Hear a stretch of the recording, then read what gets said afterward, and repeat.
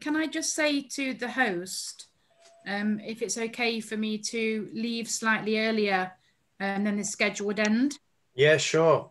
I just have the school run at staggered time, so I actually have to be there for 3 o'clock. No problem. Do what you got to do. It's hard to juggle everything, isn't it? Yeah. Bye, hello, everyone. Hi. Bye. Hi. Hello, Emma. Hi, Warren. How are you? I'm all right, thank you. I like your Christmas jumper collection in the background. Thanks. I thought I'd just keep it there for a few weeks. Pretty impressive. I like it. I'm constantly admitting people here, so forgive me if I look distracted. I don't want to miss anyone.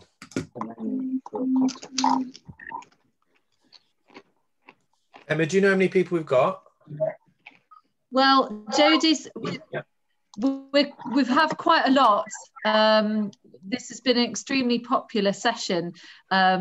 So I think we had down 99, and I'm getting accepts coming through, and I've been trying to email people to say that we will be at capacity now. So we're not forward. Go on, sorry. So I can't see how many people we've got on. I don't know whether you can see that, Warren. Yeah, I can. 42 at the minute. Okay. Emma, is it all right if I make you co-host? Absolutely, yeah. And then you can admit people as they arrive. I will do that. Right. Thank you so much. You No see, worries. the NHS for all these years led me to the skill of delegation.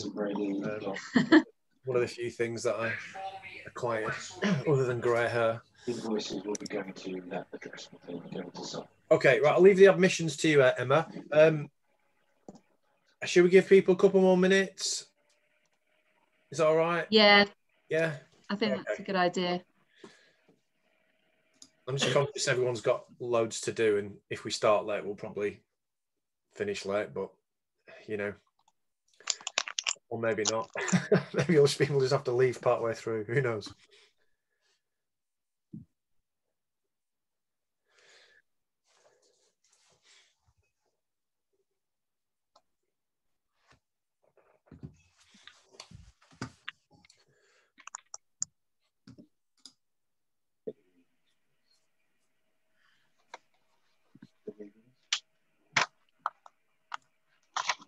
Emma, was I meant to record this session, yeah?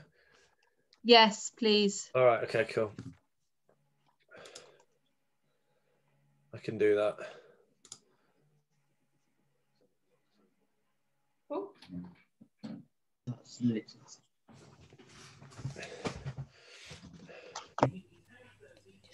Sorry, the 6.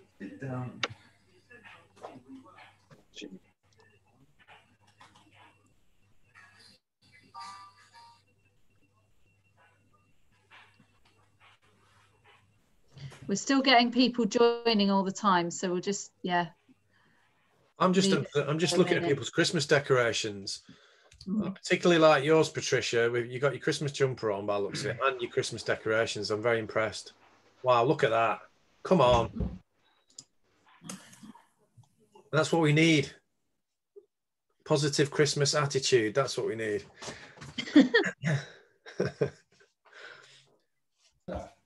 Hey.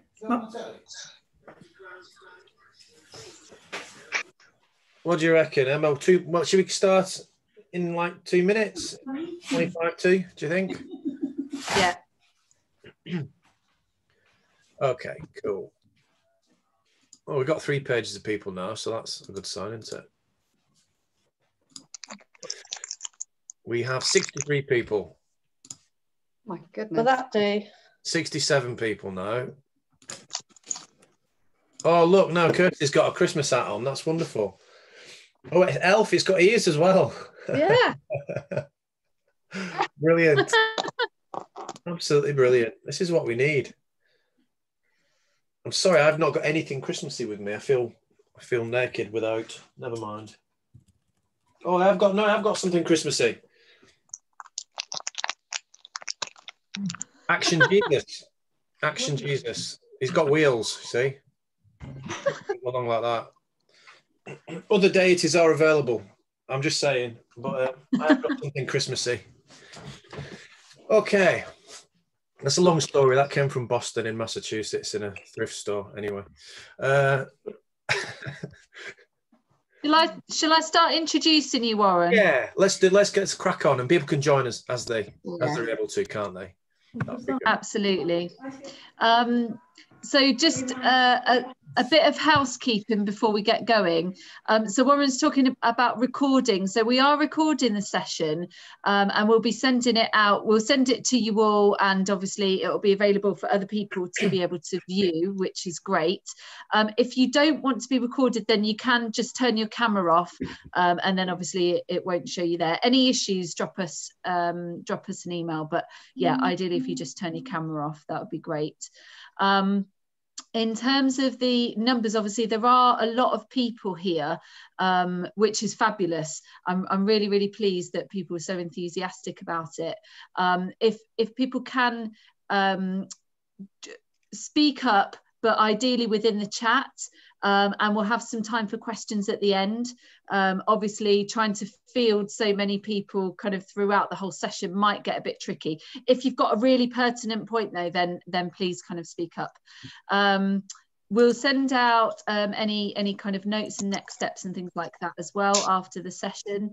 And yeah, we're just really pleased to have you here for this is our third Hot Topics session of the year, but the second one since lockdown. So yeah, really pleased to see you here. So now for my introduction of Warren, rather than boring stuff. I've probably forgotten one of the boring things that I'm supposed to tell you. But yeah, so Warren Larkin is a real expert on trauma. He's a clinical psychologist, and he's been doing lots of work for a number of years, I'm told, on the subject, and really from working with people who are experiencing lots of difficulties off the back of trauma. And I suppose that's around children and families, and people from all different walks of life. We've been having some conversations with Warren around various aspects of trauma and childhood adversity in particular, and so we wanted to do obviously this is only a relatively short session. I'm sure we could fill probably days and days worth of content in terms of this stuff, but just to kind of give people a bit of an introduction really.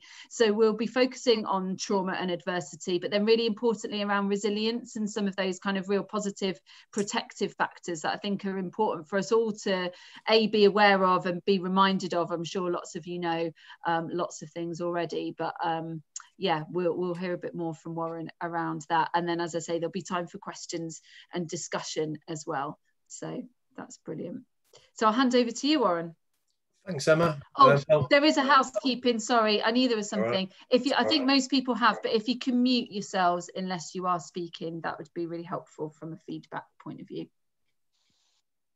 Fabulous. Thanks, Emma. I'm just putting on a timer so I don't go on forever. Stopwatch. Right, off we go. Well, yeah, thanks for coming, everybody, and sparing some of your valuable time. I appreciate it. From my point of view, it's really nice for me if you put your camera on and your sound off until you want to say something, because I find this whole thing of not being able to be with people really difficult. And I really find it even more difficult if I can't see people. Thousands of years of evolution have led us to this point where we need to see and interact with each other. And I think this whole video world is very convenient and wonderful, but it's not a patch on being in the same room as people. So if you can possibly put your camera on but your sound off until you want to talk, that'd be wonderful. So thanks, Emma, for inviting me. I have spent most of my career working with people who've been affected by trauma. Started off working at Prestwich Hospital as an assistant on the wards when it was still an asylum. And I kind of seen everything that's happened in mental health and in the care system since then. So I worked as a therapist for about 20 years with families and individuals and young people, focusing on trauma and mental health.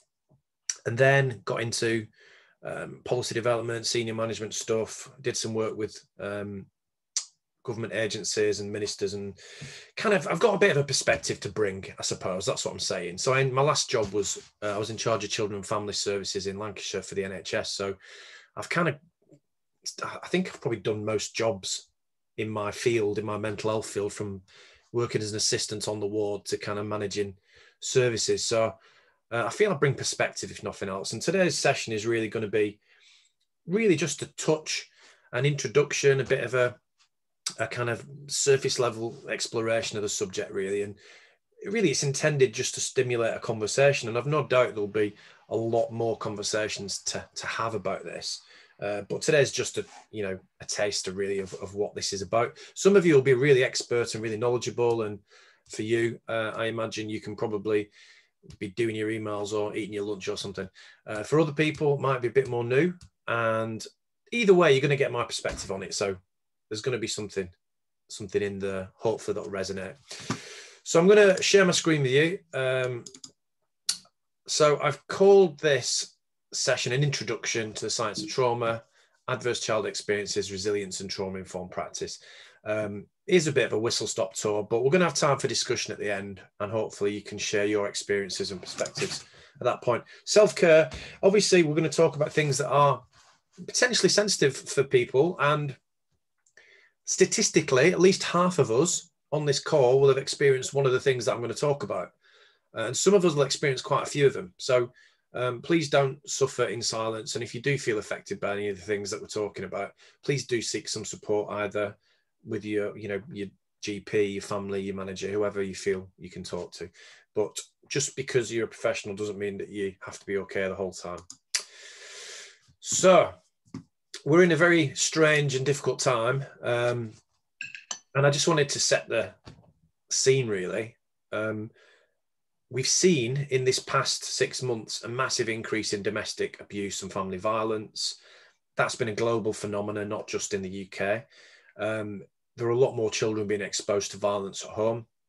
There are a lot more children speaking to charities and ringing people like Childline and saying that they need help with their own emotional problems, but also worrying about their families and seeing the conflict at home and the stress that the parents are under, and talking about the worries they've got about their parents' mental well-being. We're also seeing a deterioration in people who've already got mental health problems, according to various surveys, including the Royal College of Psychiatrists, as well as various charities. And also we're seeing an increase in people presenting to mental health services for the first time. So this is having a huge, we hear in the news, everything is about the R number, the vaccine, about the physical public health response. We're hearing very little about the emotional and social consequences of COVID, which are immense, and I think will manifest over the next 10 to 20 years. There's a whole generation of people who this 6 months will define their lives, unfortunately, because they will have been experienced to various kinds of abuse and conflict in their lives. So I think we're seeing the tip of the iceberg. Likewise, the drug and alcohol services, the surveys that I've seen, but also the organisations that I work with, are saying that they're experiencing an increase in both new cases, new people seeking help for drug and alcohol problems, but also an exacerbation in problems for people who exist in difficulties. And the upshot of all of this is that ultimately you've got more people dealing with mental health problems, you've got more people dealing with conflict at home, living in stressful circumstances, living with uncertainty. You've also got more children being exposed to adversity, either in the home environment or in the community. So I'm just basically laying out what I think is a forecast for the future. And actually, it's not just me, the United Nations, the Centre for Mental Health, various other organisations are saying we can expect a massive upsurge in demand for mental health services and social care. And this experience has done, really what it's done is exacerbated problems that were there already. It's widened social inequalities. It's exacerbated some of the social determinants of poor health and poor mental well-being. So you don't hear, it's just not on the news, it's not being talked about by the government. And I just think it's really important that we recognise this is a really tough time. And once the vaccine's been dished out to everybody, it is not back to business as usual for a lot of people. And services are going to see that demand carry on. Clearly, services were struggling before COVID to meet demand, and I don't see that getting any better because there's a workforce deficit across the health service. 90,000 vacancies at the end of 2018, not getting any better. Lots of people getting burnt out, leaving the NHS as a result of what's going on. But there was a deficit anyway, and it's the same across certain parts of social care, education, and criminal justice. That we can't recruit people as quick as they're leaving, and I believe that some of that is about the fact that we're not looking after people well enough. But COVID's certainly not helped in terms of burnout. And I think the other thing we need to recognise is with a recession, there always comes an increase in demand. There's always an upsurge in need when people are affected by poverty. And, for example, Centre for Mental Health suggest or forecast that based on previous recessions, the post-2008 recession, if this one's anything like that, we'll see an additional 500,000 people needing mental health services in the coming months. So, this is potentially one of the most difficult periods for people working in care services, people who work in human services. And I think the implication of that is that if we're going to continue to do these jobs, if we're going to continue to be in a caring profession, we've got to take really good care of ourselves, and our organisations have to take really good care of us, because we can't meet the needs of the population if we don't have experienced and skilled professionals who are feeling well. And actually, we know as human beings that we're being affected by this as well. We're not immune to the stresses of this situation. So I think if you haven't got in place already good supervision, good support within your team, opportunities to come together and talk and to support each other, to share good practice, to troubleshoot, to have private confidential conversations with your supervisor or your manager. At times of stress, you have to kind of double down on relationships and social support. So that's my message. That's my kind of outlook going into the new year. So I hope it's sort of clear that trauma and adversity, the subject that we're talking about today, has never been more relevant. It's always been there. It's always been a massive public health problem. In fact, it's one of the best opportunities we've got of transforming health and well-being for the next generation. But things just got worse. So I think it's really timely that we talk about trauma and we talk about adversity. Had we got longer, we could have a big discussion about all of this now and get some stuff off our chest and share our opinions and perspectives. But this is more of a kind of lecture with a discussion format. So you'll have to save up your comments and ideas for the end. So I'm going to go back to basics a bit, because I think it's important that we're kind of all on the same page with this. And this is my view of the things you need to know about trauma after 20 odd years of working with it. You won't all agree. You won't all have picked the same things. There are books and books and, thousands of papers and 50 years of research on this subject. And we've got a few minutes. So I'm going to give you what I think is probably relevant and important. So first thing from my point of view is trauma. It's not about the event per se. It's not about the thing that happened necessarily. It's about your emotional response to it. And people react differently to the same kinds of events. One person can react and overcome it and adapt and feel relatively okay after a terrible event. Another person might be completely traumatized by that event. So there are a lot of reasons why that is. And I'll touch on a few of them in a minute. But what is useful to know is when people do experience a traumatizing reaction, so they've been affected by it in a way that's reverberated around the mind, that's shattered their assumptions, that's affected their well-being. The symptoms, the signs of that are fairly predictable. So if someone has experienced a traumatic reaction to a terrible event, you usually see somebody experience shock and numbness and denial and a sense of things not being quite real. It's a bit like bereavement in some ways. It's kind of, it kind of stops you in your tracks and kind of causes you to step back. Things look different. There was a researcher in the 80s, Janoff Bullman, who said, when someone's traumatized, their assumptions are shattered. So your beliefs about yourself as a competent person your beliefs about the world as a safe place, as a predictable place, your beliefs about other people as being basically decent and reliable and trustworthy. All of those things are destroyed the moment that you experience an event that fits outside of those criteria. So your basis of understanding the world is smashed in that moment. And that's particularly difficult for us because as humans, we need certainty. We need to rely on assumptions to feel safe. And when your assumptions are shattered, one of the things that happens quite predictably is that you feel like you're going mad. You feel like you've lost the plot, like that you don't understand anything anymore.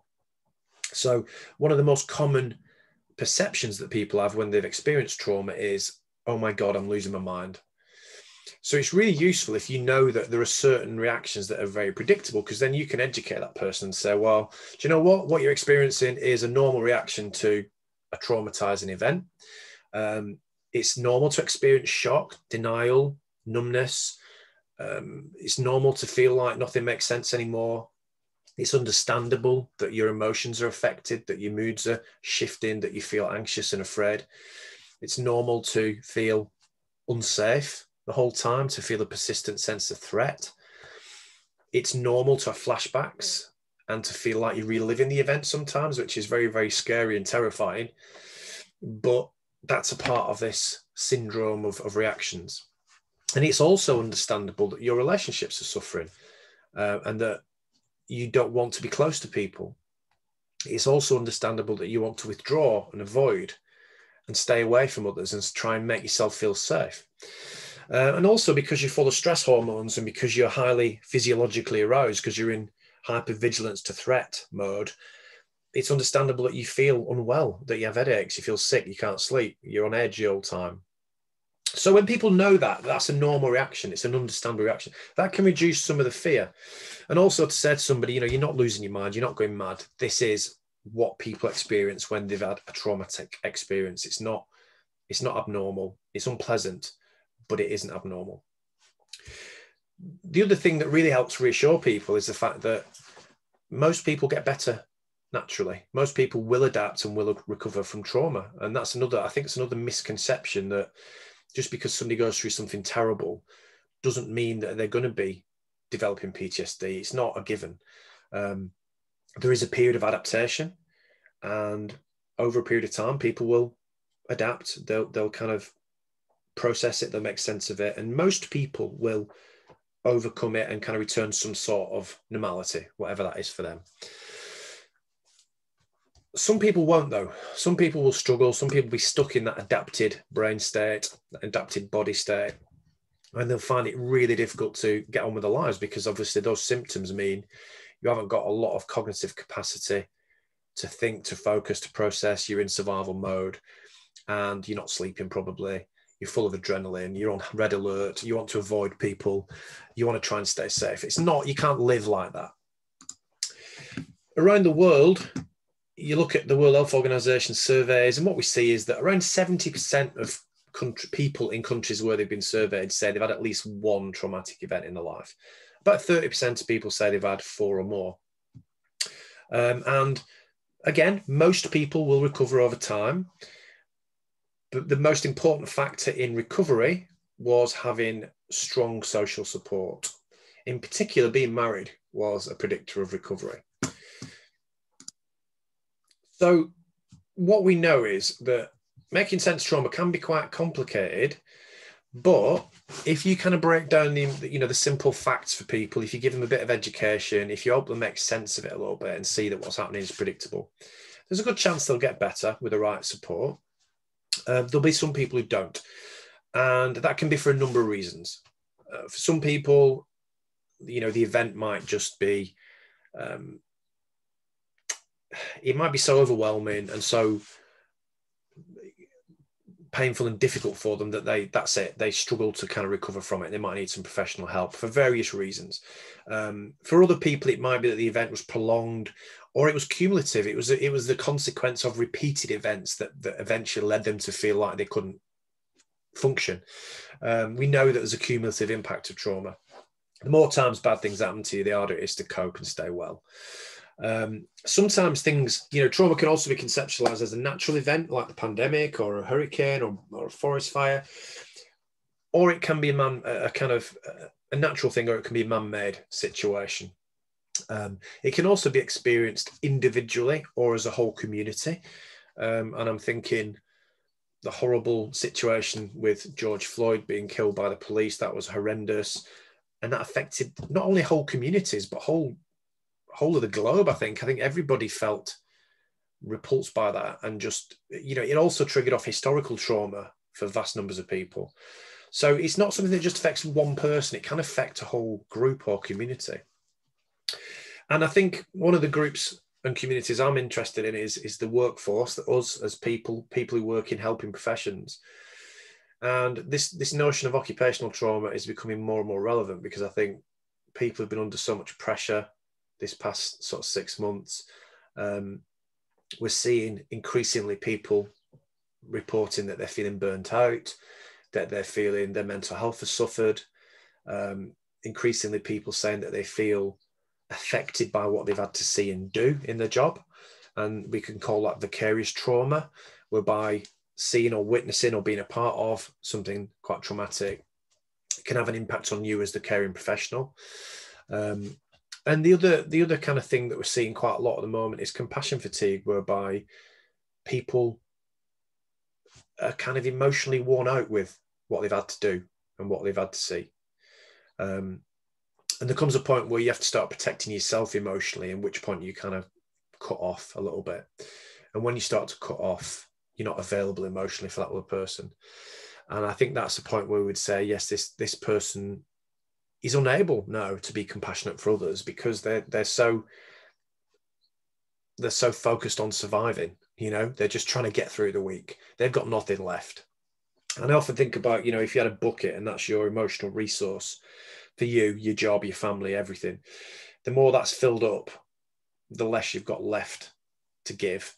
And unless you've got the opportunity to empty some of that bucket out, empty some of that vessel out and create space, ultimately you will overflow. And I think that's the point where you become vicariously traumatized or fatigued in your ability to be compassionate and care for others.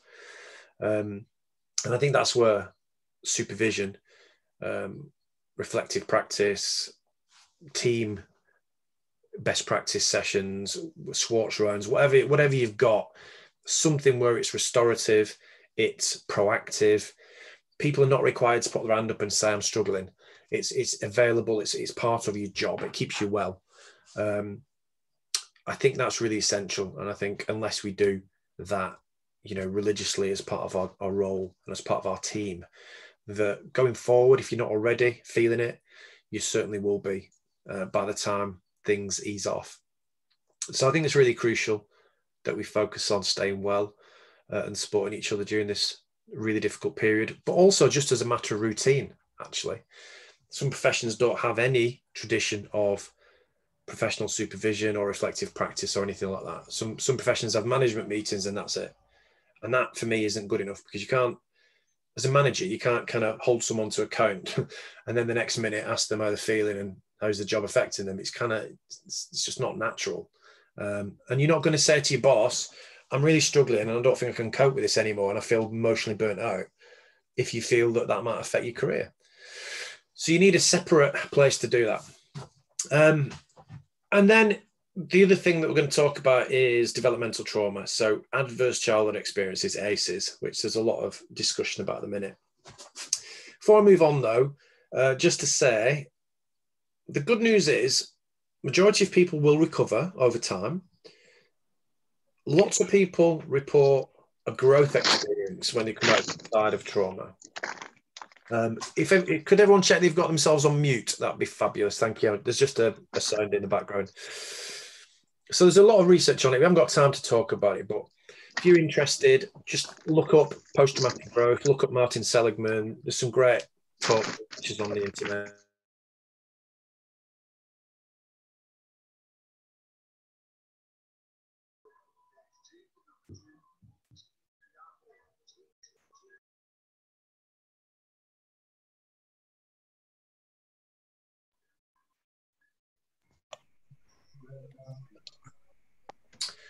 So I think it's definitely worth a look, and it just shows you that there's a flip side to all of this. And also, we have a lot of research on resilience, and we know that ultimately resilience and coping assets can offset the impact of adversity and trauma. They can help people cope despite having been through very difficult things. So I think that's the other part of the picture that we really need to have a look at as well, because it's not all negative. So I suppose the thing with trauma is it's an adaptation. It's an evolutionary adaptation to something terrible that's happened. It's about your brain going into a state whereby it focuses on survival rather than pro-social behavior.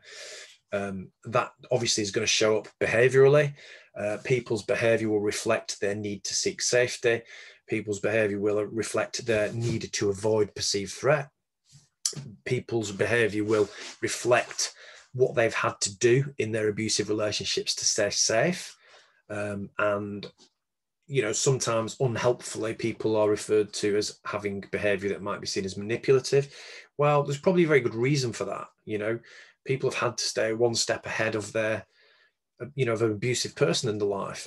People have had to read other people very well in order to stay safe and maintain a relationship with the person that maybe is caring for them or feeding them or looking after them. And then obviously the other one that's fairly obvious is people self-medicating to manage the feelings and memories of trauma. And I'm very fond of the work of Gabor Mate, the Canadian author, who wrote a fabulous book called In the Realm of Hungry Ghosts. And in that book, he said, it's the wrong question to ask someone is, why are you addicted? That's not very helpful. The right question to ask somebody is, why are you in pain? So addiction is really an attempt to deal with pain. And we see that a lot when people are trying to get over trauma. And we also see defensive aggression quite a lot as well, whereby if you've been hurt a lot in your life, you sometimes learn that if you become aggressive and violent, people tend to leave you alone a bit more.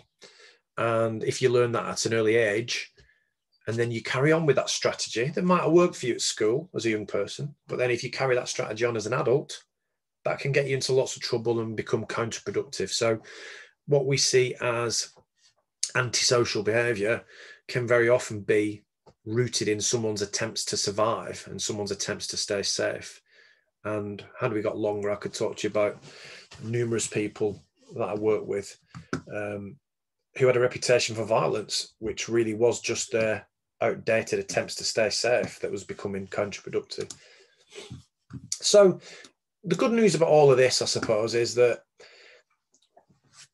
it's not rocket science, but it is important to kind of reflect on this. Relationships are one of the key resources that we've got. When things are stressful, when things are traumatic, what people want to do is disconnect. They want to withdraw. They want to stay safe and hide. Bessel van der Kolk said trauma is a disorder of disconnection. And that kind of makes sense. What we also know is that relationships are part of the solution to that. And Chris Bruin is one of the kind of foremost trauma researchers, gave this quote, which I think is quite powerful. Strengthened relationships are a key resource in times of acute stress. Indeed, the absence of supportive relationships, the perceived absence of supportive relationships, is one of the strongest predictors of PTSD. So if people feel like they haven't got social support, then we're likely to develop PTSD after trauma. Flip side is, like in that World Health Organization meta-analysis that I showed you, people who've got strong perceived social support tend to recover more readily. So it might not sound like rocket science, but this is fundamental to people's recovery. Okay, a few other things that might help people overcome trauma. A bit of knowledge, not being really terrified that you're losing your mind, not knowing what's happened to your body and your brain. So a bit of psychoeducation is really powerful and can reassure people. Talking to somebody you trust about what's happened, again, sounds basic, but that's the opposite of what most people want to do.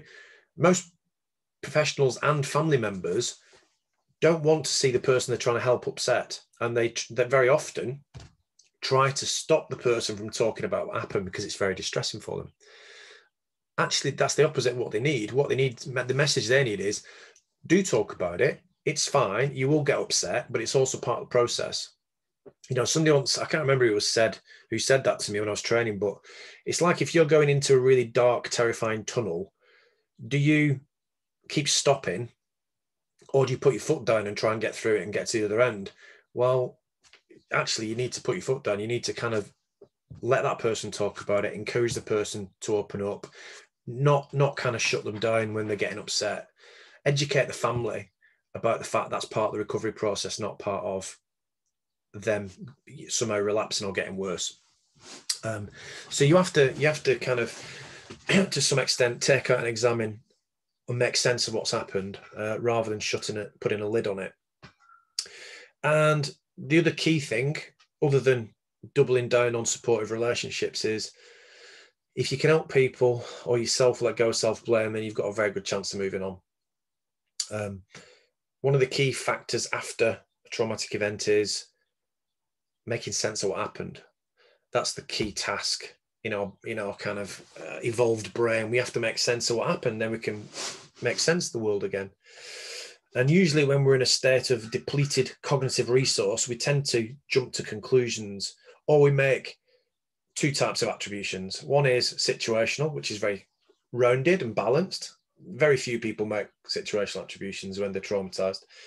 The other ones that people tend to go to are blame myself or blame somebody else. So this happened because of me, or it happened because of somebody else. Both of which are usually not 100% right. What we do know, though, is if people blame themselves, it's very hard to move forward. It's difficult to recover. There's a whole load of research on this subject, but the bottom line is this: if you can help people see that what happened to them, not because of them, and if what happened, and if you can help that person make sense that what happened wasn't their fault, that maybe they were a child, or there was a power imbalance, or there wasn't any way they could have done things differently. If you can help them be kind to themselves and let go of that blame, that self-blame, we know that people tend to get better. If people hold on to self-blame, it's harder to recover for various reasons, which we haven't got time to go into. But that's a really powerful gift if you can say to somebody, look, that wasn't your fault, that happened to you. You didn't make that happen. And also knowing that this will take time, a bit like bereavement, it takes time. People are different. People take different amounts of time, and I've you know, it looks different for different people. But ultimately, you know, if people haven't seen some sort of adaptation or relief after about a month, then the advice is to seek some professional support, which might be watchful waiting. It might be just monitoring the situation because we don't want to intervene too early. But ultimately, people do recover up to 12 months after the event. But if you look at some of the research on, you know, remission and recovery, after about 5 months, the curve of recovery naturally drops off pretty sharply. So, you know, really, if people are not recovering a number of months afterwards, we really ought to be getting them some specialist help, and certainly seeking advice after about a month. So that's trauma in a nutshell.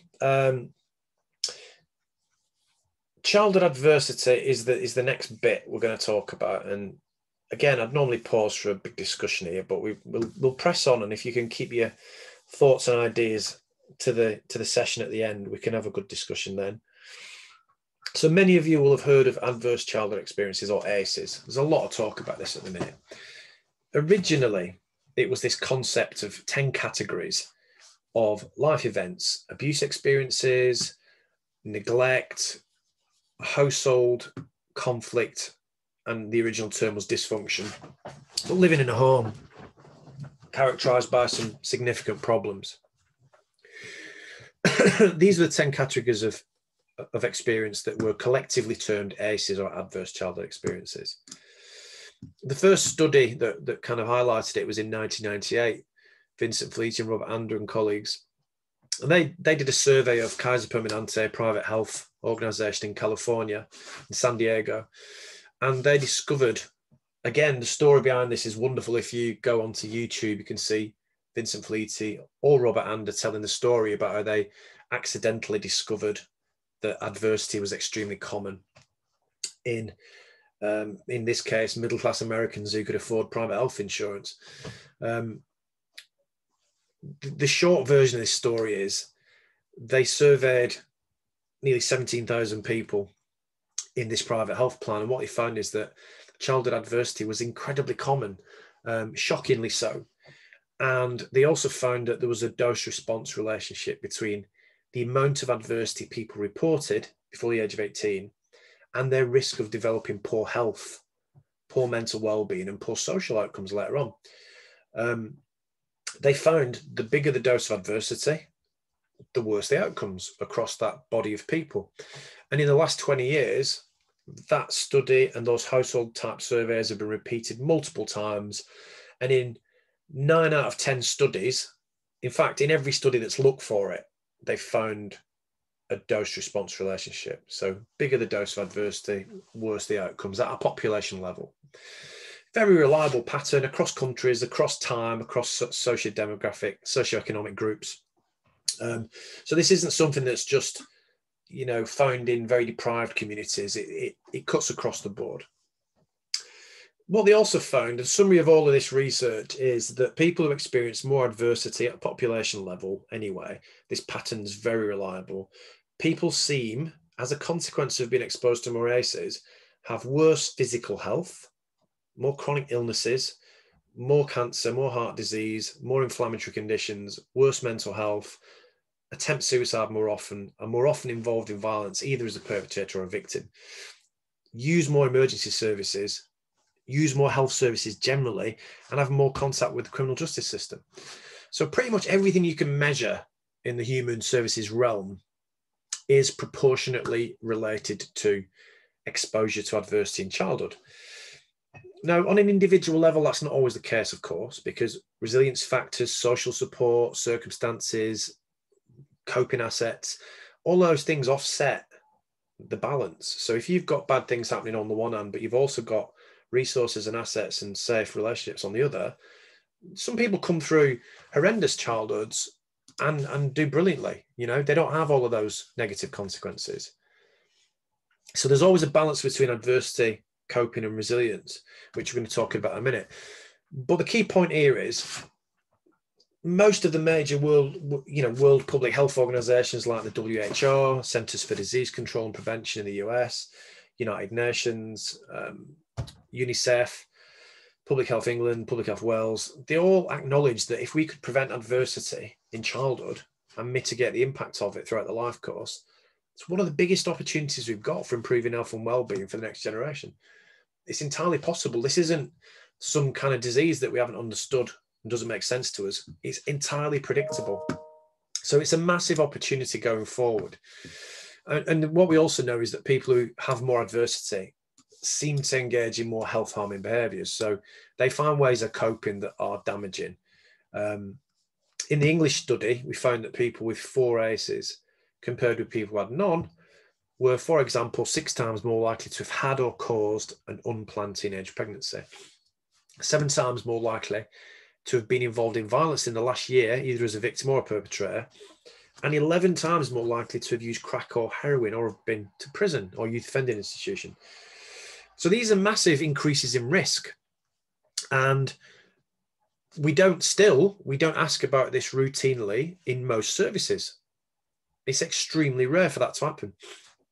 I am working with Nottinghamshire County Council public health team on a big project where we're training, it's almost 800 staff now, I think, across agencies to ask people as part of their assessment about their history of adversity and then to respond to them in a therapeutic way, which I can tell you more about if you're interested, if you email me. But suffice to say, this is really important information. This is really useful to us to make sense of how somebody got where they are and what we can do to help them. Not surprisingly, community environments and social circumstances, social inequalities, play a role in how likely it is for a family to find themselves experiencing adversity.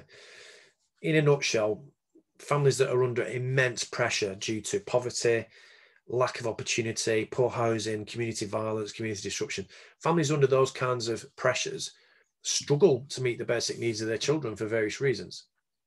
It's not their fault. Most families want the best for their kids, but if you put people under enough pressure, they will struggle. And this study in particular suggests that children who grow up in homes that are struggling because of these reasons are 3 times more likely to experience some sort of abuse and 7 times more likely to experience some sort of neglect, which kind of makes sense. So the solution is not just a kind of individual family solution, it's a social solution. We have to kind of look at those inequalities and circumstances that make it very hard for families to cope. There are also a couple of things that stand out from the child development research. So if you're growing up in an environment characterized by violence, by abuse, by neglect, by, you know, parents having mental health and drug problems, you know, it's going to be difficult for strong and stable attachment to happen in infancy. Not always, but very often we see this as an issue. And we know that people who don't have the benefit of a strong, stable attachment with a primary caregiver, that they struggle with the social world, with feeling safe and secure in themselves. They struggle with anxiety later on. They struggle with uncertainty. They struggle to navigate frustration and strong emotions. They find trust difficult. So some of those fundamental things can be disrupted in that kind of home environment, which can make it hard later on. And then the second thing that I think is really fundamental is attunement. So lack of attunement or lack of having a tuned in caregiver means that children, infants, when they're in that period of massive brain growth and development, they have to learn to switch off their stress response system. They have to learn to down-regulate their nervous system when they're distressed. So when they get upset, when they get frightened, what they need is a caregiver to reliably and consistently pick them up and comfort them and look at them and talk to them and touch them and help them soothe. And that process of co-regulation, if it's repeated enough, leads to that child, that infant, hardwiring the ability to switch off, to down-regulate their stress response. And they then learn self-regulation, which is a really essential skill. And I don't know who said it, someone really sensible said 90% of life is success in life is staying calm. Well, if you haven't learned to switch down and calm your stress response in infancy, synaptic pruning occurs. You don't learn it, you don't encompass it, it doesn't become a part of what you know and understand. And we know for children that have not, people that have not learned to self-soothe because they've not had a co-regulation, they struggle with addictions later in life. They struggle sometimes with the need for constant stimulation. They struggle with relationships, managing frustration, with aggression, sometimes with violence. Sometimes navigating the social world can be very difficult. So the consequences start early. You know, the consequences have a long-lasting impact, but can start very early on as a consequence of adversity in childhood. The other thing we know about the long-term impact of adversity is the repeated activation of the stress response can be counterproductive. The stress response apparatus were not designed for prolonged activation over many months and years. And we know that when that happens, it creates an imbalance of hormones, of inflammatory cells. It can affect the way the brain develops. It can affect the way other organ systems function. And the consequence is ultimately a premature wear and tear on the immune system. It's called allostatic load, and it's been reliably linked to this repeated activation of the stress response because you're living in an environment that's unsafe, that feels frightening, or someone's hurting you. It can lead to autoimmune diseases, cancer, arthritis, inflammatory conditions, and ultimately wears out your immune system sooner than it should. And there's a fabulous book somewhere on my shelf. Here we go. When the Body Says No, by Gabor Mate. And it's all about the science of psychoneuroimmunology. And it's got all the research that explains why toxic stress, as the Harvard Center for Child Development call it, has an impact on your health. The Welsh Public Health Team did a study looking at around 2,500 people, and they saw that people with 4 ACEs compared with people who had none were twice as likely to visit a GP, 3 times more likely to go to A&E, and 3 times more likely to spend time in hospital overnight in a period of a year. And they also were 4 times more likely to develop type 2 diabetes, 3 times more likely to develop heart disease, and 3 times more likely to develop respiratory conditions, which are lifestyle driven and inflammatory in nature and very much linked to the toxic impacts of stress. So the other thing I wanted to say before we move on is some of these health harming behaviors, some of these addictions, some of these things we deal with in our services are seen as the problem, seen as the symptom. You know, the person's problem is gambling, the person's problem is drug addiction, the person's problem is obesity. Well, I think that's probably not getting us very far. And actually what those are addictions. They're people's attempts to feel safe, to feel a self-soothing attempt, to feel better, to feel some comfort. They often work in the short term, but in the long term, they create harm, which can often be for them as an individual, but also for their families and communities. And actually, we know that treating those symptoms isn't working. So if you take away somebody's only real coping method, they'll find another one. So if you, for example, give someone bariatric surgery and they lose lots of weight, that'll be seen as a success. However, we also know the literature on people who've had bariatric surgery means that there are very high rates of addictions in that population because we've taken away their ability to self-soothe by using food. So they find another one because what we haven't done is dealt with the underlying pain. We also know there are high rates of suicide in that population. Similarly, the rates of success for helping people overcome opiate addiction are quite poor on the whole. I mean, the best rate of success is about 10% in the UK, which means 90% of people don't succeed in coming off opiates. Probably the reason for that is that and I work with a lot of drug services. They do amazing work, fantastic people, but the service is not commissioned with a significant therapeutic or therapy component most of the time. So what you're dealing with is the person's attempt to cope rather than the underlying pain that they're in. And obviously teams have different degrees of workers with different qualifications, but on the whole, they're not commissioned to deal with the underlying cause. They're commissioned to deal with harm reduction and abstinence.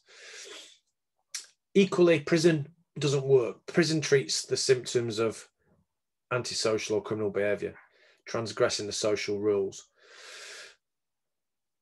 50% of people reoffend within a year of coming out of prison. So that's not working either. So actually what we need for people who are committing crimes and are going to prison is a therapeutic and rehabilitative offer where we give them better skills, better means of coping, better insight, better self-esteem, better ways of dealing with frustration.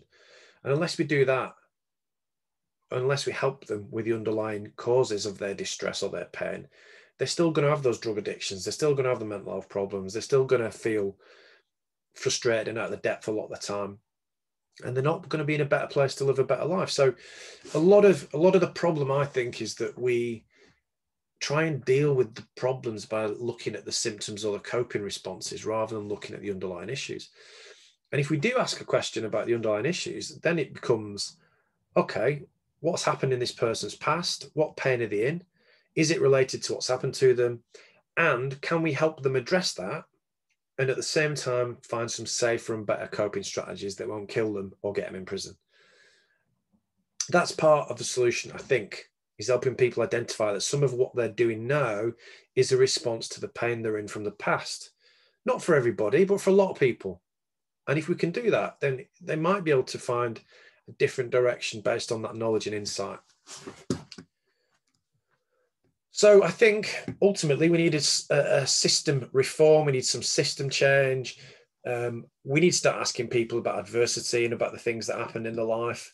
We can't keep treating the symptoms and the behaviours when the origins of trauma.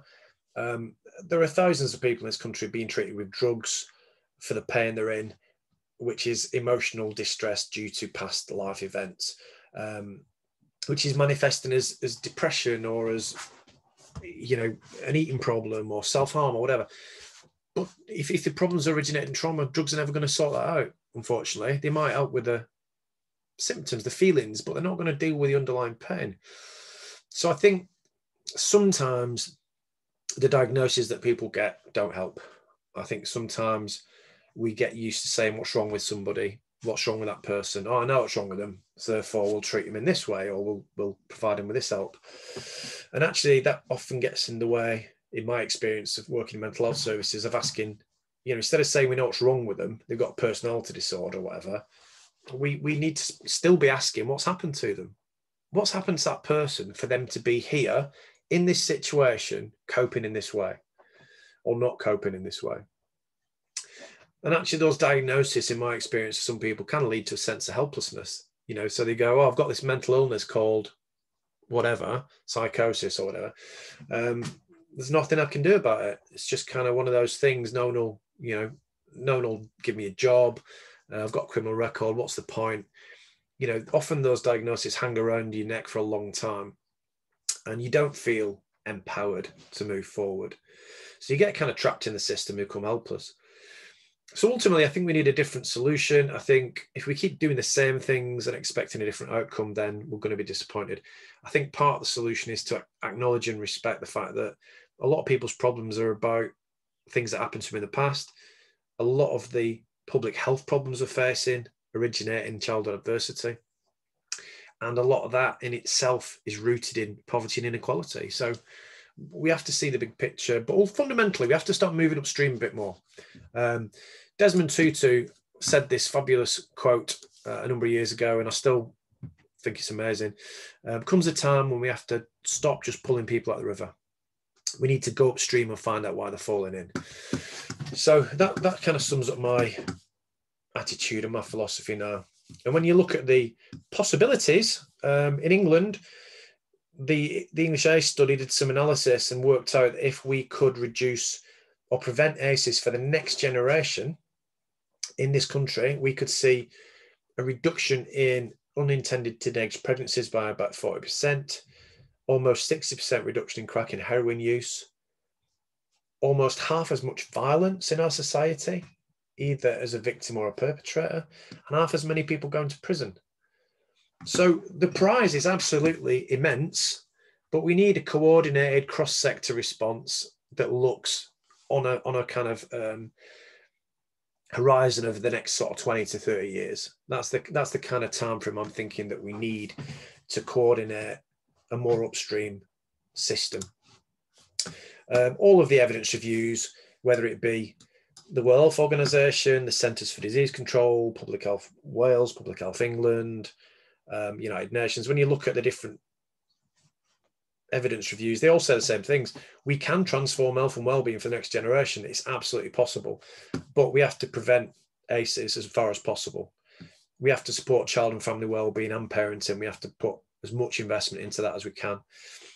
And also we have to ask people what's happened to them and help them mitigate the impact of ACEs on their lives, which involves educating people as well, but also providing trauma-focused therapies where they need them, and also investing in social interventions, but also promoting resilience and coping skills across the life course. So there are a lot of things that we can do that we just don't see much of anymore, like youth work and like mentoring, excuse me, like, courses in schools about healthy relationships, and the United Nations Conventions on Rights of the Child, the Child Rights Framework should be a part of education for every child, in my opinion. So there's a load of stuff we can do. The Triple P study, the Universal Parenting Study, I think is an amazing example of what's possible.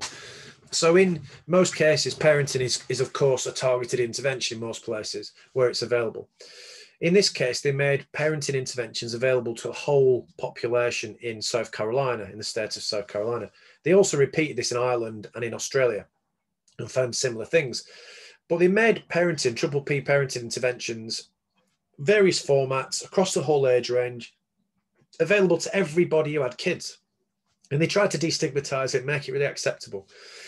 And by the 2-year point, what they saw was unprecedented. They saw that there was a 23.5% decrease in child abuse in South Carolina at a time when it was increasing in other areas. They also saw 9% reduction in children being removed from home and a 10.5% reduction in non-accidental injuries. So they reduced child abuse by helping parents be better parents. And they also saved $9 for every dollar they spent. So this for me is a tremendous example of what is possible, but it requires upstream thinking, it requires investment, and it requires a shift in perspective. So the flip side to all of this, and one of the things that we'll talk a little bit about, is resilience. So the term is often used, well, it's used in many ways. I don't like it when it's used to refer to toughness or recovering quickly from difficulties. I think that is unrealistic and probably not very helpful. I do like the idea of adaptation. I like the idea of adapting well and staying well in the face of adversity, trauma, tragedy, threat, or significant sources of stress. I accept there's a whole body of literature on resilience from a character trait perspective, as well as a state perspective, as an acquired perspective. So I see there are different schools of thought, but what I want to acknowledge is that resilience is made up of many things. If we're born into a stable, nurturing family environment where we've had good attachment, good attunement, and the early years have been good, then that's fantastic. You've got great foundations. If you've not been that lucky, it's always not lost, because the building blocks of resilience are biological, psychological, social, cultural, spiritual, and they change over time, and they can be acquired at any point. So my experience is that people can gain coping skills, gain social relationships, gain meaningful pursuits and pastimes, gain a sense of hope and optimism, find things that sustain them. And it's a case of collecting those things and working on them. It's not you either got them or you've not. The things you have to work on, and they change over time and also according to context. So for me, that's a really hopeful antithesis to what we're talking about. This study from Wales shows us that 2,000 people, 2018, I think it was, they looked at people with 4 ACEs and looked at why do some people have mental health problems and some people not? What's going on? There are different rates of mental health difficulties in this population. And what they looked at was resilience factors. And they found that people who reported having a trusted adult relationship in childhood whilst they were experiencing those 4 adversities were about half as likely to develop a current mental illness or present with a current mental illness as the people who said they didn't have trusted adult relationships. They also found that regular sports participation was protective. And in adult life, people who said they had some financial security and felt a part of a community or a group or some sort of collective, so they felt connected to others, they had about half the rate of current mental illness compared with their peers who had 4 ACEs but didn't have those things in their life.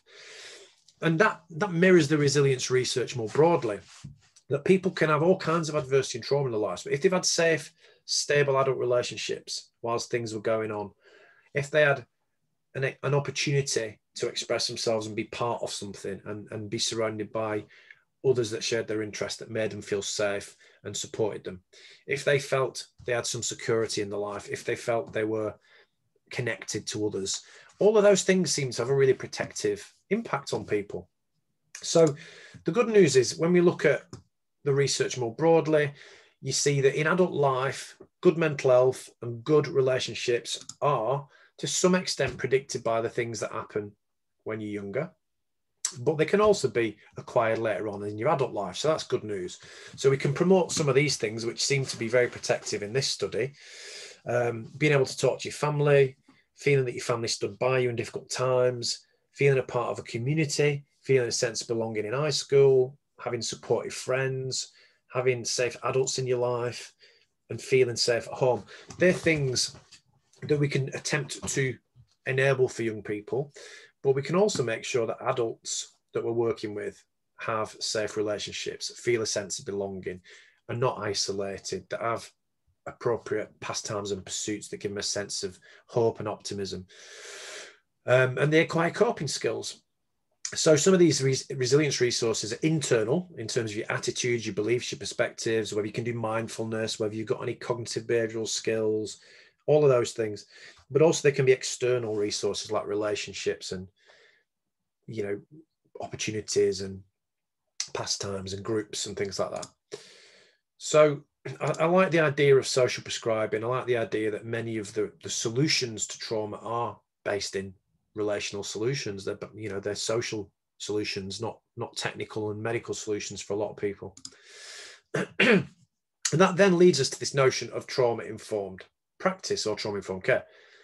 So it's not a new thing. It's been around for a long time, and it was originally applied to mental health services. The original idea was, if most people you are seeing in your service are affected by trauma, then let's design our service around that science. Let's use trauma theory. Let's use attachment theory. Let's look at social science. Let's look at neuroscience, the way the brain develops. Let's look at psychological factors and gender theory. And let's build our service on that. And there's a lot written about it, and it can be confusing. But in my view, there are 3 pillars of trauma-informed practice. One is making sure you design your service around the science that we've just talked about, not re-traumatizing people. The next one is making sure the people that haven't recovered naturally do need trauma-focused interventions get access to them, because they provide a brilliant return on investment and people tend to improve. And then there's a real problem of access. That's the other thing. That's one of the things I struggle with, is that we have these amazing interventions like trauma-focused CBT and EMDR and other things, but people can't access them a lot of the time. And then the third pillar of trauma-informed care is asking people what happened to them. So this can be controversial. Like in California, they're screening in California. They're kind of, it's a statewide policy to incentivize screening for ACEs in pediatrics and primary care. And they're putting a huge amount of resource into that and, learning from that experience. I don't think that would be appropriate for the UK at the moment. But what I do advocate is asking people routinely what happened to them as part of an appropriate assessment. So if somebody's seeking help, for me, it makes perfect sense if you're doing an assessment to ask people about adversity as part of that assessment, because we know it affects the majority of people that we work with.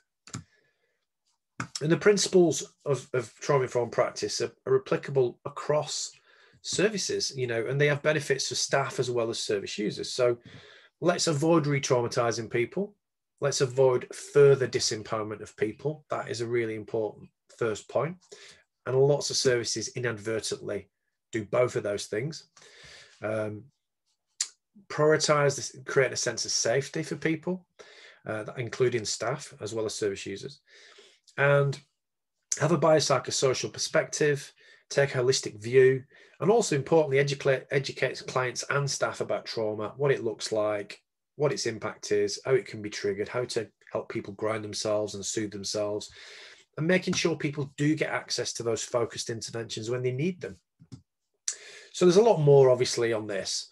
And if you're looking at it from an organizational perspective, you could say, okay, let's create a set of practice standards and look at all of these different layers of our organization, from what our cause is, what our purpose for being is as our organization, our mission, through to how we hire and train people, how we support our workforce and give them the right knowledge and skills, what we measure, what we actually deliver to people, how we create, what we do. Is it co-produced? Is the voice of the service user in there, or is it us doing it to people? So there's a whole load of, there's a whole other workshop here, looking at the details and what that looks like and how you get there. But I think my final kind of point really is to say, if you wait for people to tell you what's happened in their lives, you wait a very long time. And the research into survivors and disclosures basically can be summed up by the following: waiting to be told doesn't work. People don't disclose their deepest, darkest secrets without being given permission, without being given context, without being made to feel that that's something you're interested in. There's a reason for it. And also what we find is there's a number of studies, evaluations of both my work and others, but the biggest one is Felici and Anders in 2014. They looked at 130,000 people as part of the Kaiser health plan. And when they were assessed, as part of their intake process, those 130,000 people were given a questionnaire about ACEs, and they were asked to fill it in. And then they got the chance to talk to their doctor or nurse about it afterwards. And in the following year, that 130,000 people used 35% less visits to their GP and 11% less visits to the emergency room, which has multi-billion-dollar implications for the Kaiser Health Plan. Vincent Felitti, the lead author, obviously we want to know why that did it lead to a reduction in health utilisation. Vincent Felitti said, slowly we came to see that asking, initially by an inert mechanism, which was the questionnaire, then followed up face-to-face in the exam room, coupled with listening, and implicitly accepting that individual who has just shared his or her dark secrets is a powerful form of doing. So there's something enormously powerful about somebody who's been keeping a lid on this massive secret, this thing that they've been feeling guilty about or shameful about or feeling that it was their fault, to actually tell someone who's invited this conversation, who's made it feel normal, who's then listened and accepted them and validated them and said, thank you, I believe you. I believe what you told me. That was really brave of you to trust me. Thank you. And do you think those things are still affecting you in some way today? And are any of those things still happening? And is that something we can give you some help with? That's a really powerful conversation. It has to be planned and it has to be done appropriately. And to be fair, most sections of the workforce need a bit of training and support to do that. But it's a very powerful investment. And my slides are going haywire, apologies. What we also know from research into disclosure in the written form is that when people disclose via expressive writing, and there's some specific work from James Pennebaker around this, who I met 25 years ago by accident.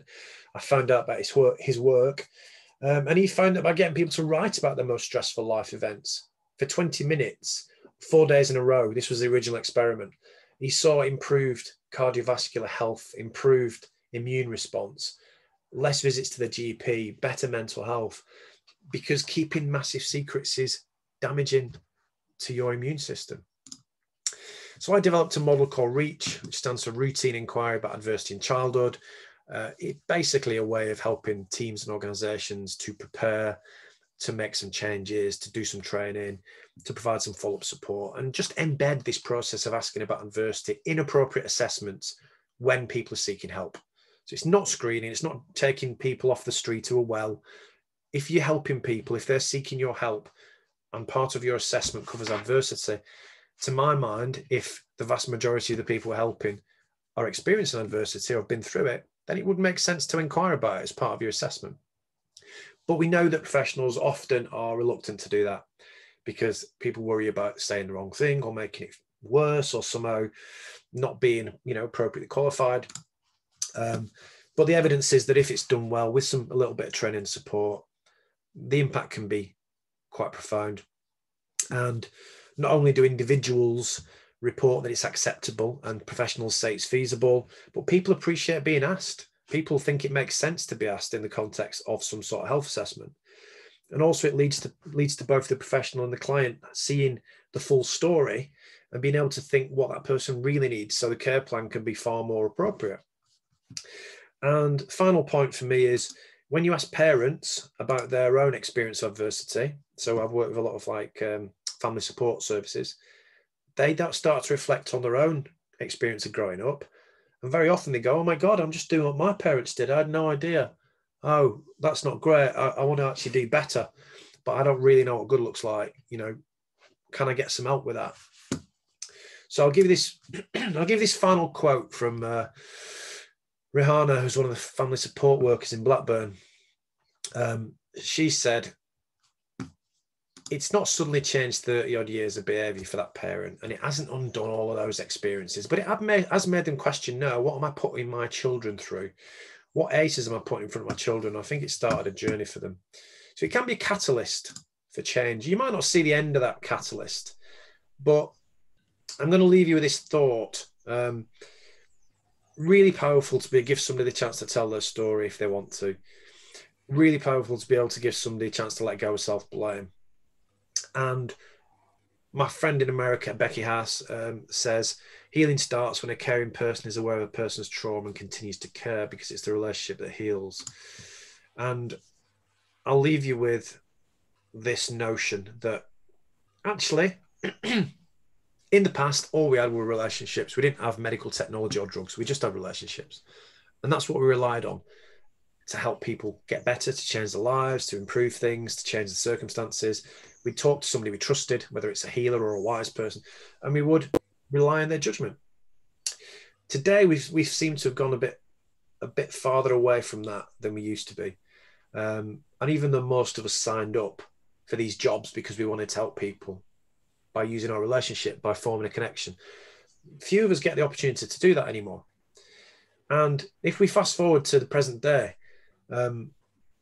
psychotherapy research into psychosocial interventions tells us that actually the strongest predictor of change, positive change, the strongest predictor of good outcomes in psychosocial interventions is the therapeutic alliance, the quality of the relationship, not the technology, not the qualifications of the person, not the number of years you've been doing the job, the quality of that connection between you and that other person.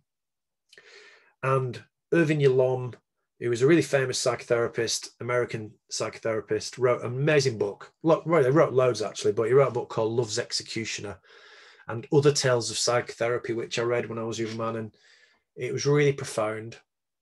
And they said to Irvin Yalom, who was like, you know, one of the geniuses of the profession, what are your secrets? You know, what are your top tips for helping people change their lives? And he said, well, there are three things you've got to remember.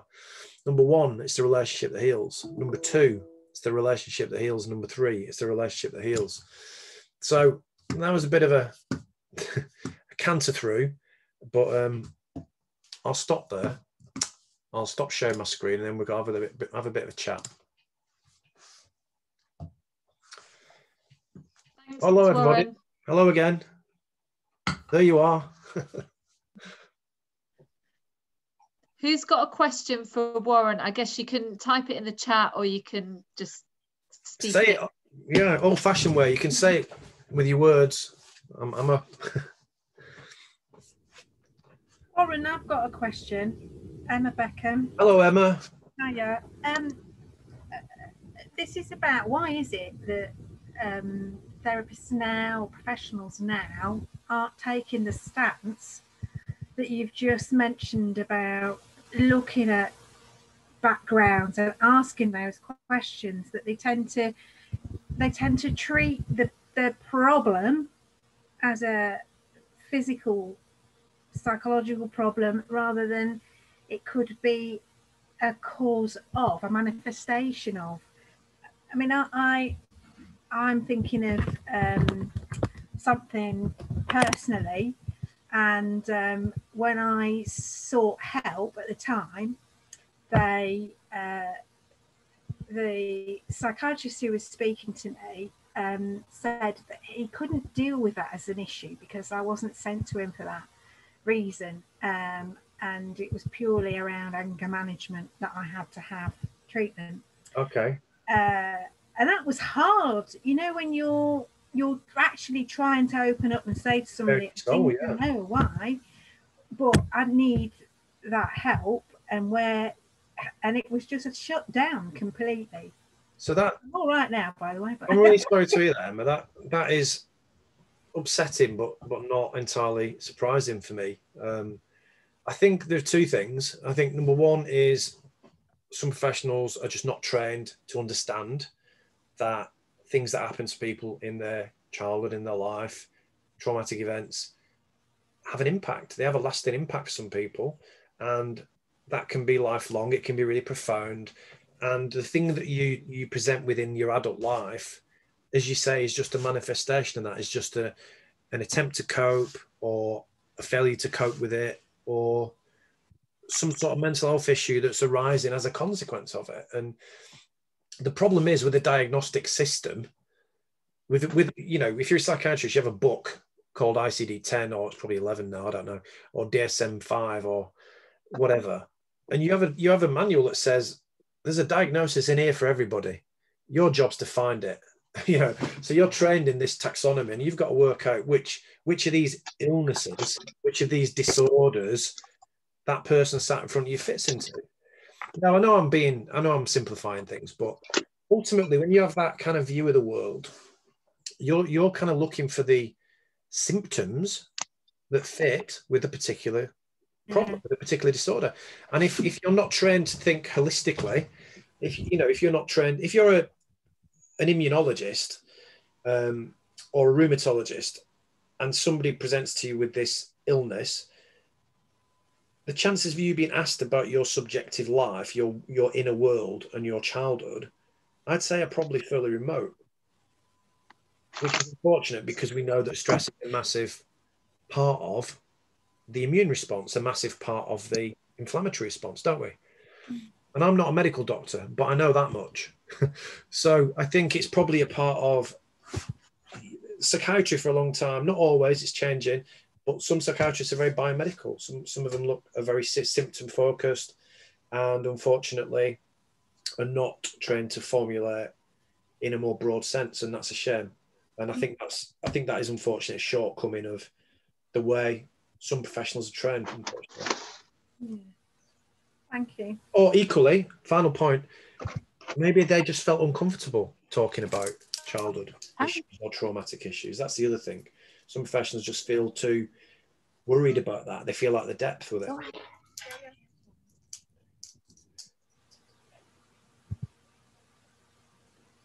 Thanks, Emma. Who else has got a comment or a question for Warren?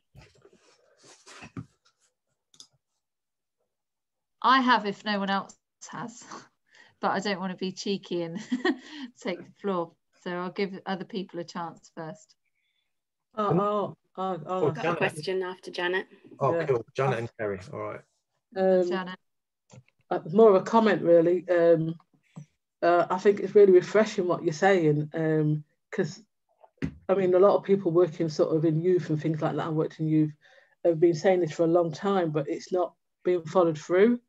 You know what I mean? So it's nice to hear that somebody's out there campaigning and doing that sort of work, because we need to think a different way, because, you know, things aren't changing for the better, they're changing for the worse. So we need to change and adapt what we're doing. And I know that, having worked with a lot of young people, that is so true about what's happened in their lives, how they've been raised, and also how their parents have been raised.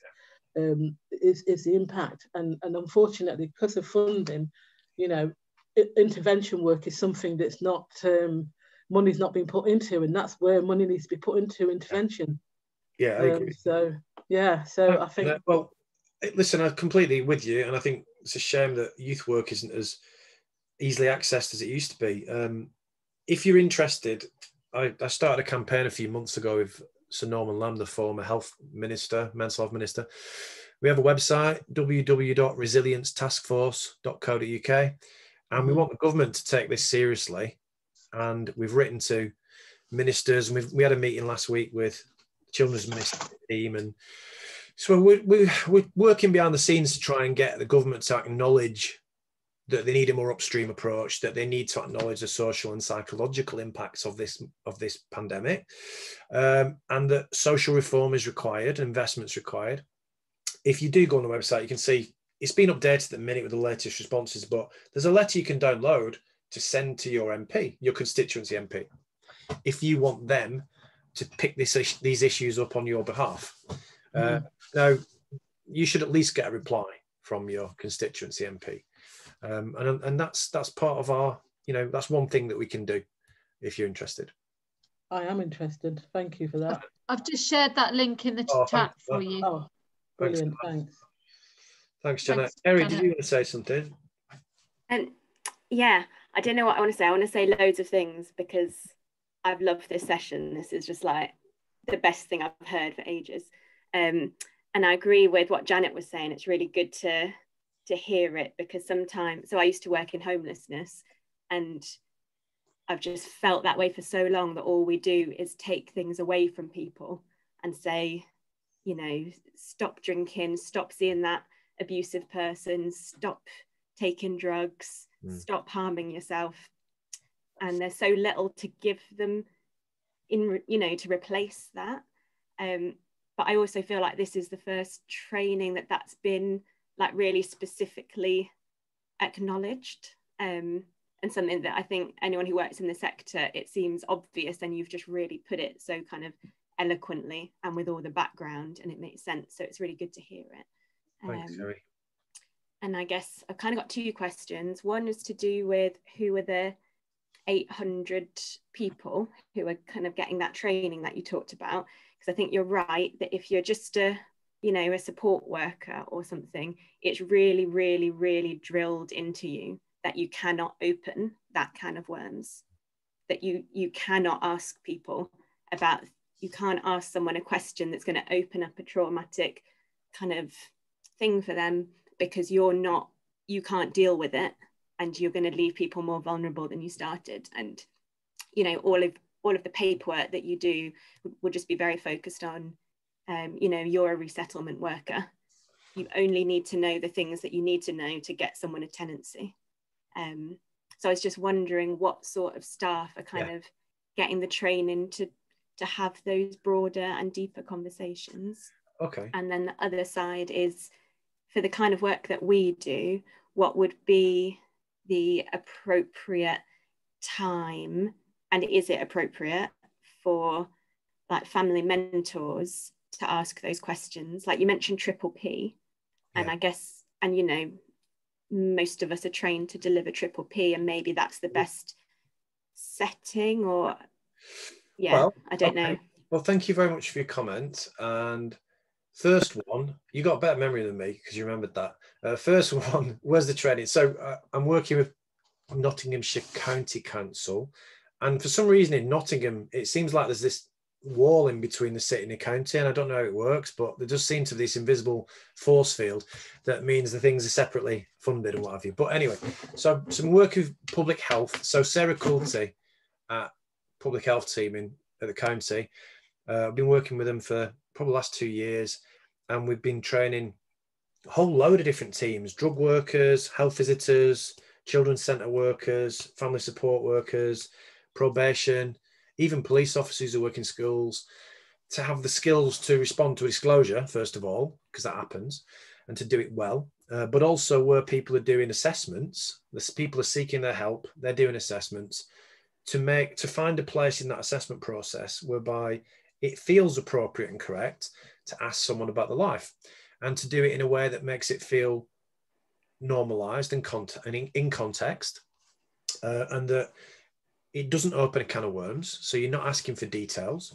You're saying to people, look, we ask everybody who comes to our service about these areas of their life, because for so many people it's relevant. And we also know that for lots of people, these things have an impact. They can affect your emotional well-being, they can affect your relationships, and they can sometimes affect your physical health. So we make it part of our assessment to offer this conversation to everybody. And sometimes we use a questionnaire to do that. Is that something that seems like it would be appropriate for you to have a look at? And obviously you've talked about confidentiality and all of that. And then you make that offer. And if people go, well, no, I don't really want to complete that, and I don't think it's relevant, that's fine. But the vast majority of people go, yeah, all right, I'll do that. And then they can either just write on the questionnaire a number and go, yeah, I've had 3 of those things. I don't want to talk about them, but I've had 3 of those things. It's important that you know, as my worker. And I think they've affected me. In fact, I think that's probably why I'm still using drugs. Or I think that's why I'm struggling with relationships, or whatever it is. Or they can go, yeah, I've had this, this, and this, and that one's still happening to me.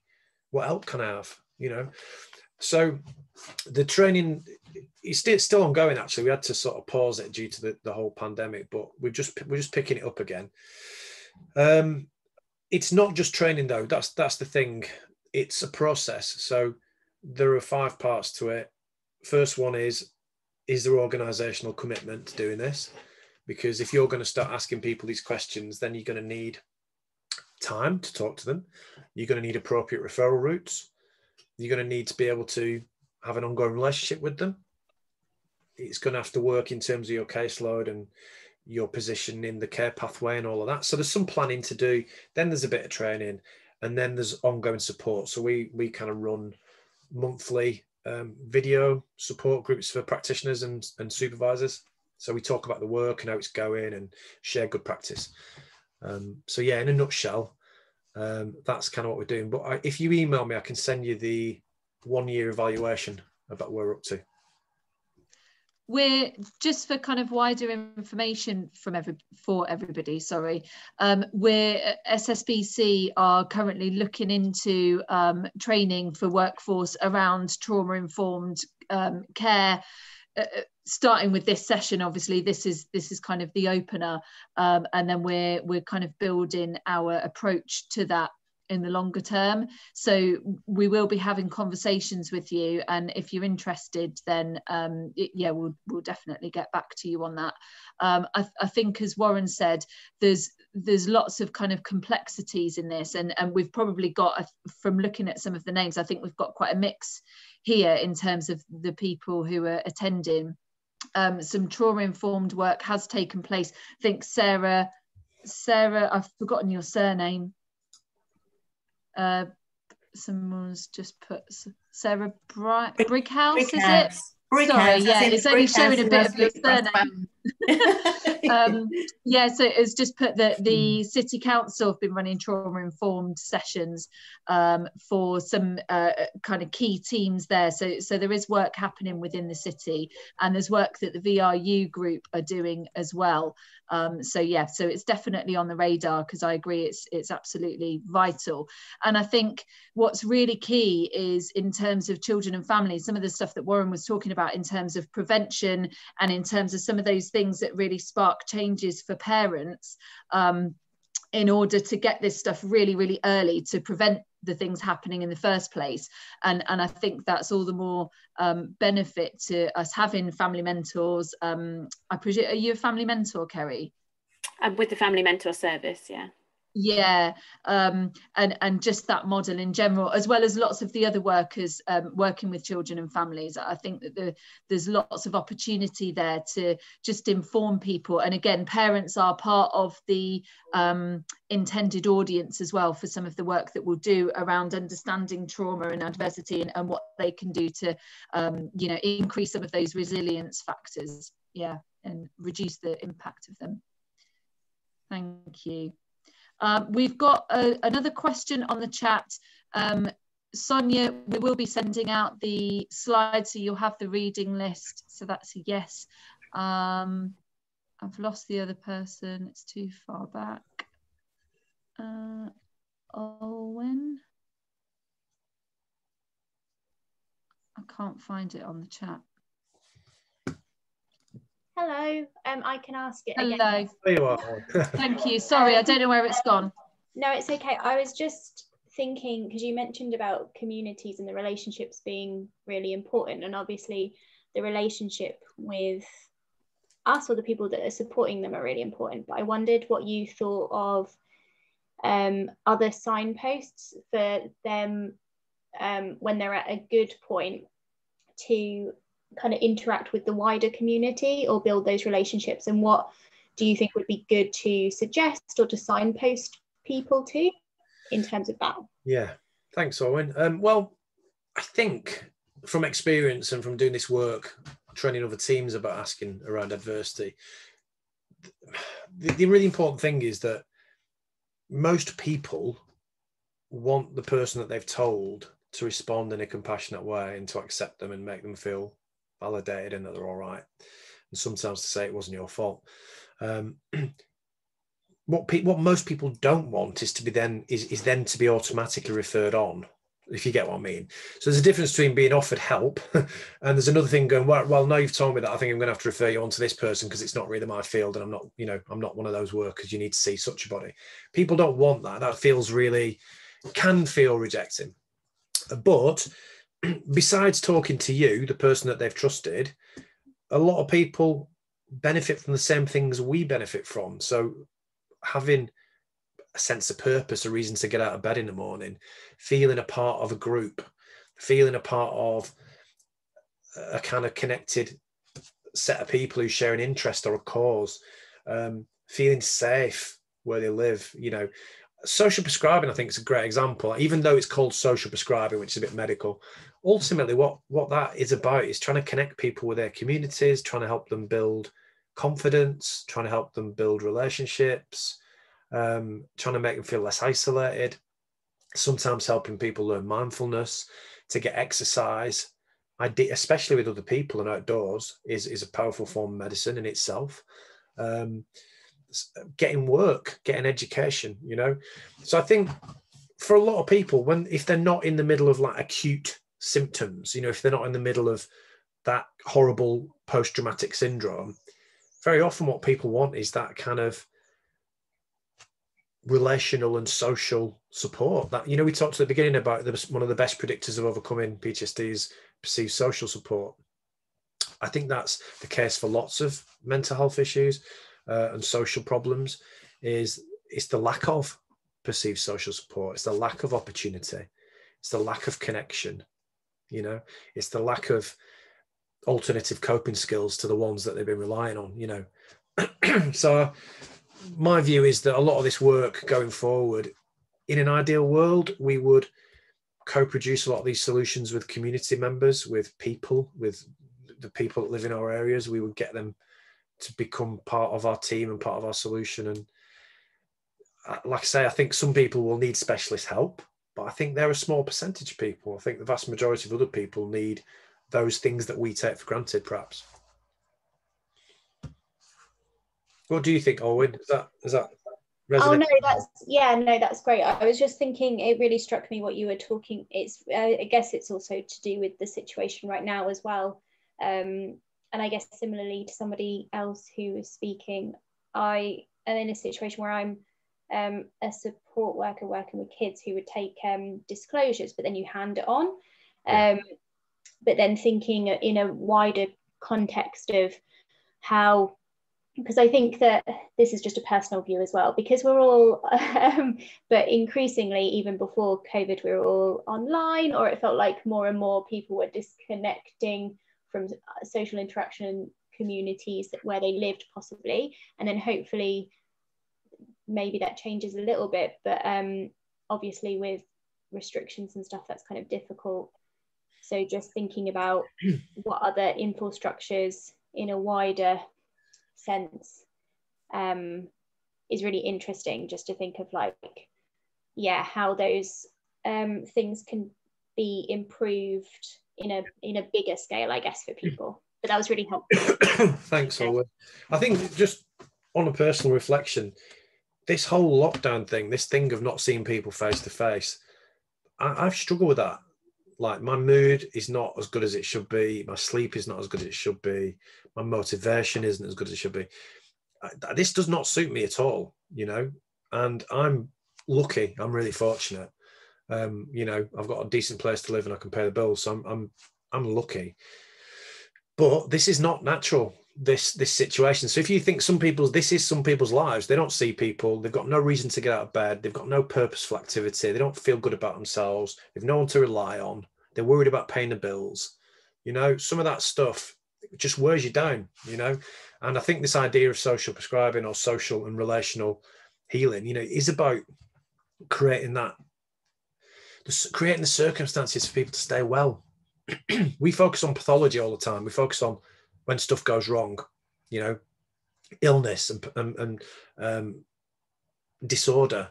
And actually, we spend very little as a system promoting well-being, you know, looking after the things that keep people well, that keep people on an even keel.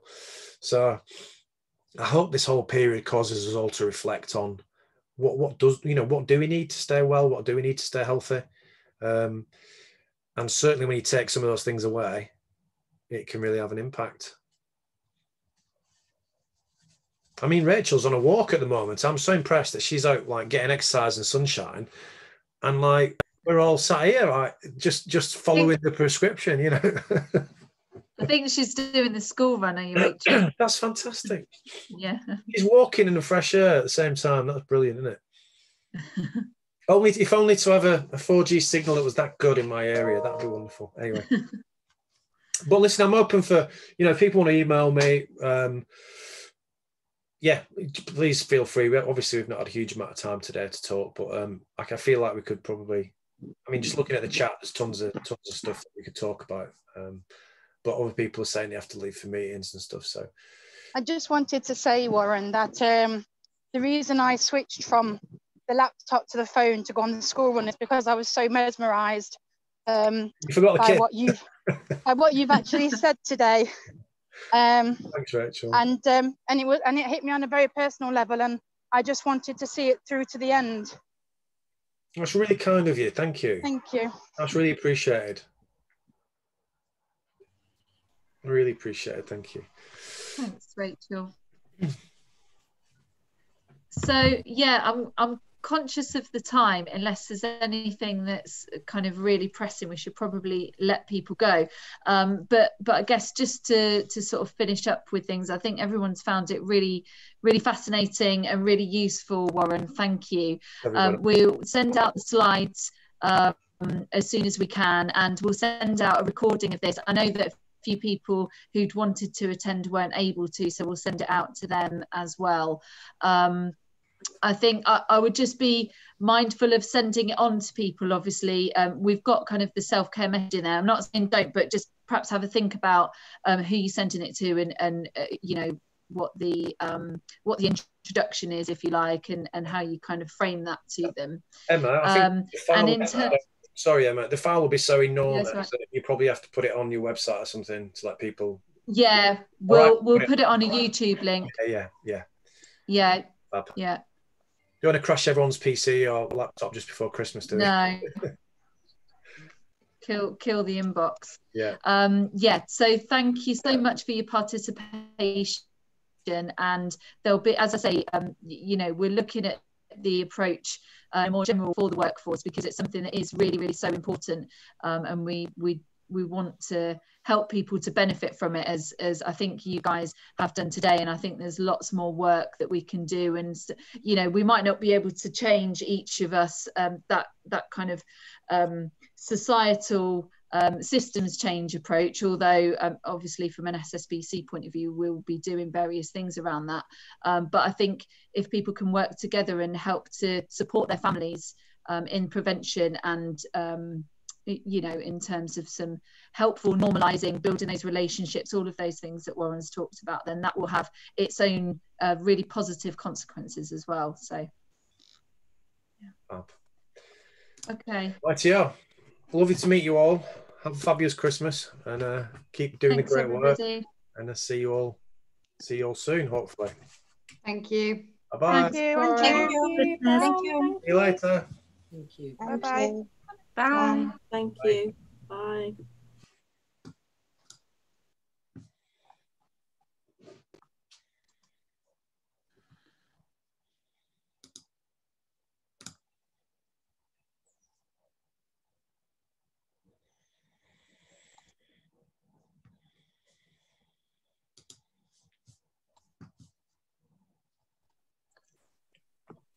Hi, Emma. Hi, Sonia. Hi.